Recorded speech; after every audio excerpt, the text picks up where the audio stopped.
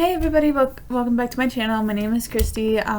Just for reference, this video is just for educational and entertainment purposes only. Please be kind to everybody in your day-to-day life, along with making sure to be kind to everybody in the comments below. Make sure to hit that subscribe button and a big thumbs up to this video.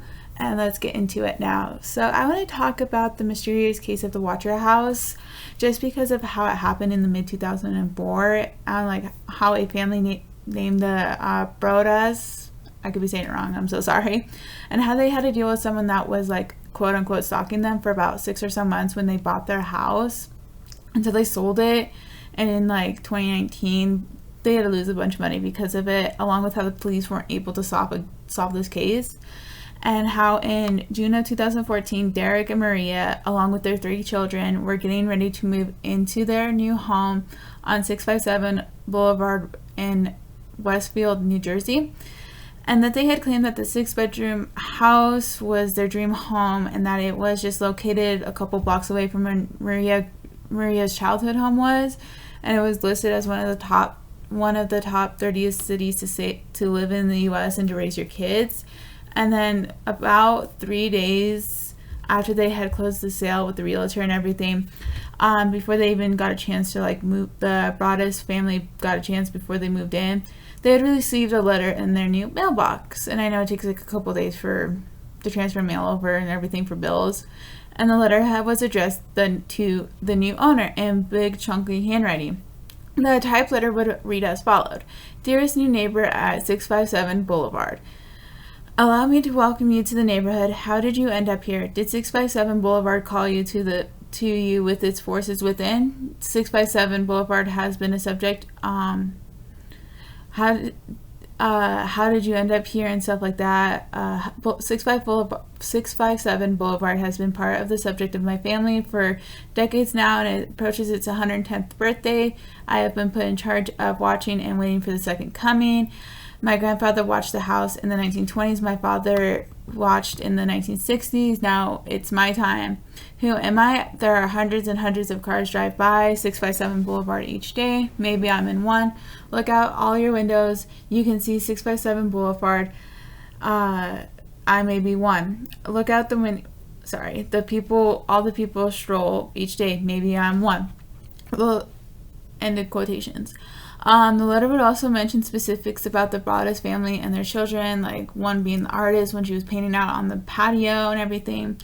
And then after receiving these letters, the Broaddus family reached out to the previous family that had sold them the house, John and Andrea Woods.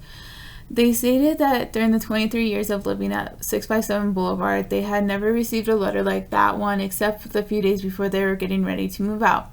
The Woods had also stated that they never felt watched in the 2 decades they lived there, and in fact really felt the need to lock their doors at night, and that while they thought the note that they had received was odd, they threw the note out without much thinking much about it, and that the 2 families went to the police station with the letter, and the investigation was open. And the police had told both families not to tell anyone about the letters, just because their neighbors were now being all considered suspects in the situation. And that 2 weeks later, even though the Broaddus family still hasn't moved in, they received a second letter with even more chilling specifics about their family, including the children's birth order, the nicknames of the children, along with asking where the children were sleeping, like which one was sleeping in the attic, which one's sleeping in the second floor and stuff, and along with how the quote-unquote watcher will know when the Broaddus family moves in, for when they'll know who is sleeping in which room. And that several weeks later, the Broaddus family had to put their plans to move in, put a hold on it. And a third letter received saying, "Where have you gone? 657 Boulevard is missing you." And by the end of 2014, the case would be stalled, because since there is no digital trail, and that all the fingerprints and there's no digital trail, and that thus mental effects were taking the toll on the Broaddus family, primarily the parents, just because they were going through therapy and everything.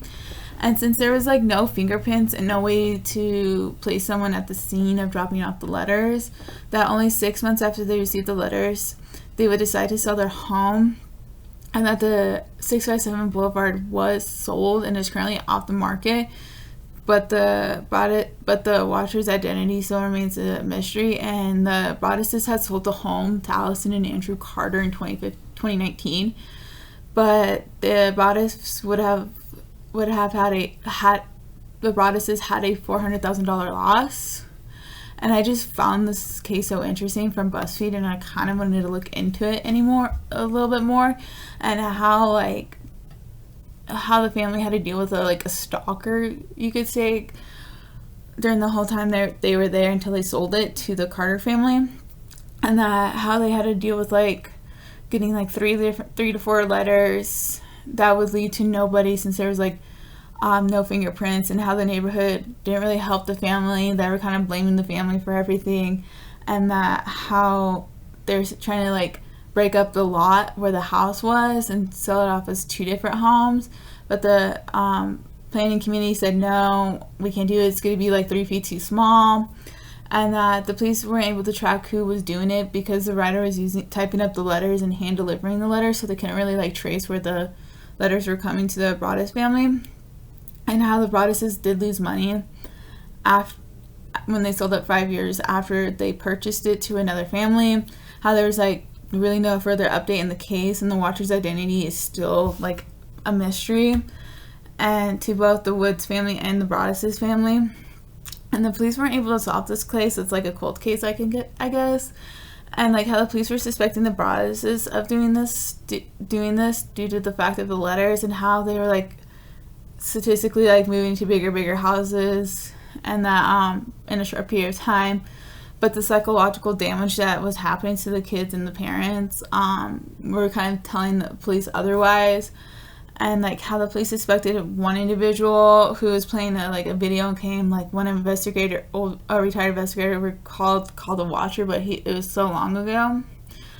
But anyway, I would love to hear you guys' opinion on this spooky case. Make sure to hit that subscribe button and give this video a huge thumbs up. And if you want me to do these kind of weird, mysterious cold cases, or spooky cases or mystery cases, let me know in the comments below. Thank you so much, and have a spooky month.